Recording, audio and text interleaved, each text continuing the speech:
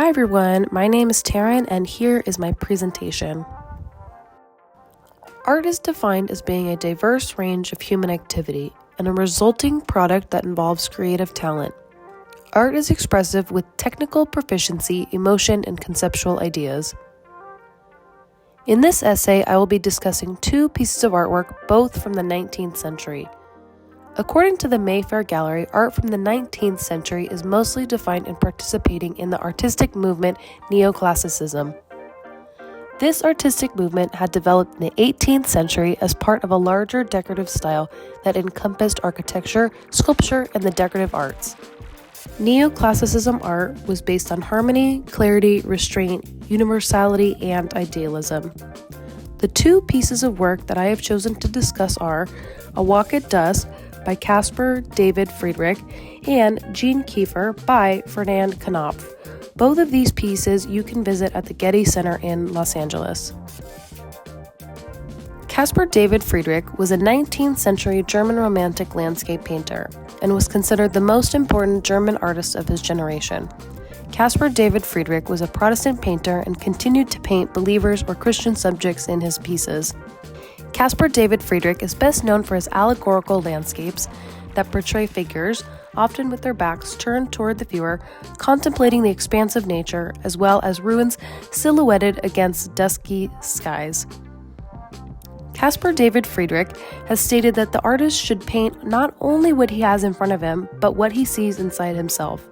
According to the Getty Center, A Walk at Dusk was created in about 1930 to 1935, as the man in the piece is walking alone with his head bowed amongst a gold, silvery moonlit night, while contemplating a tomb with an implicit message of death. The environment showcases that the scene in winter, while the nature around the subject is dying. The waxing moon high in the sky also acts as a counterbalance to death, symbolizing Christ and the promise of rebirth for the artist Caspar David Friedrich. Friedrich played a lot of his deeply personal and introspective visions addressing Christian themes through analogies all around based on the cycles of nature. In this piece specifically, he exemplifies both the melancholy he experienced during this period and the consolation he found in the Christian faith. I believe that this painting showcases a lot of interesting color, line, and shapes for the 19th century. Friedrich displayed a lot of great usage of silhouettes with the amount of darkness that is displayed throughout the painting. There is such an excessive amount of darkness throughout the painting, yet there is still so much detail within the landscape, such as the trees and rocks, but also the figure and his robe.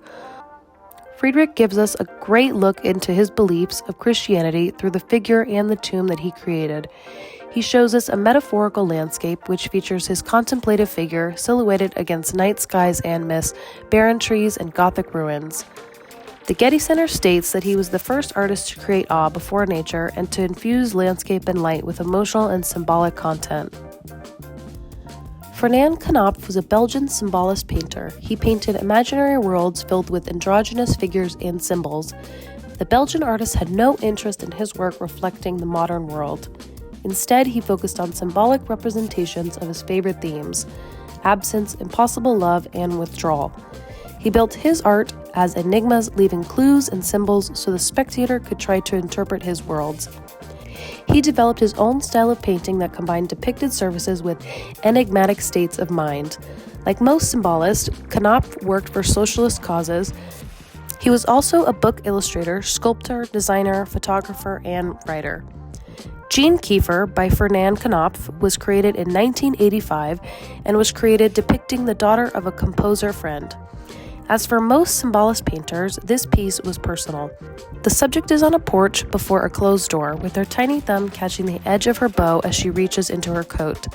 With this small gesture, Knopf captured the child's vulnerability and uncertainty in facing the outside world.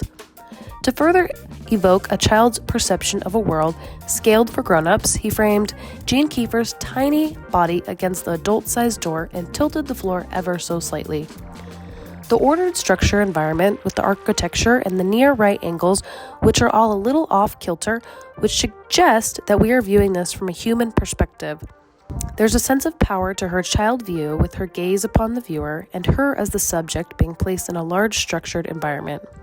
Jean is further isolated by the free, abstract brushwork in the reflective door window behind her. Typical for Knopf, Jean is not warm and inviting, but cut off in the shallow background, a fixed, haunting gaze on her face. There is a stark contrast between the browns and grays of her and the greens of the doors and the environment.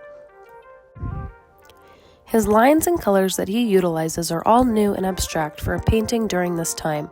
Knopf used many elements that served him well as an avant-garde symbolist painter: visual realism and a mood of silence, isolation, and reverie. He frequently posed his models leaning against a closed door, flattening the space and resulting in a meditative, hermetically sealed image. Both of these paintings were both from the 19th century with their own identifiable, unique styles that define their time period. Friedrich utilized a dark color palette with landscapes and stark silhouettes with Christian imagery in his paintings.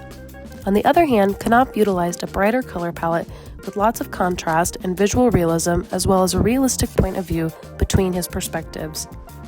These two paintings could not be more different than each other, as Friedrich was pouring into the Romanticism style of painting, and Knopf was rejecting any sort of art style or movement that was popular at that time.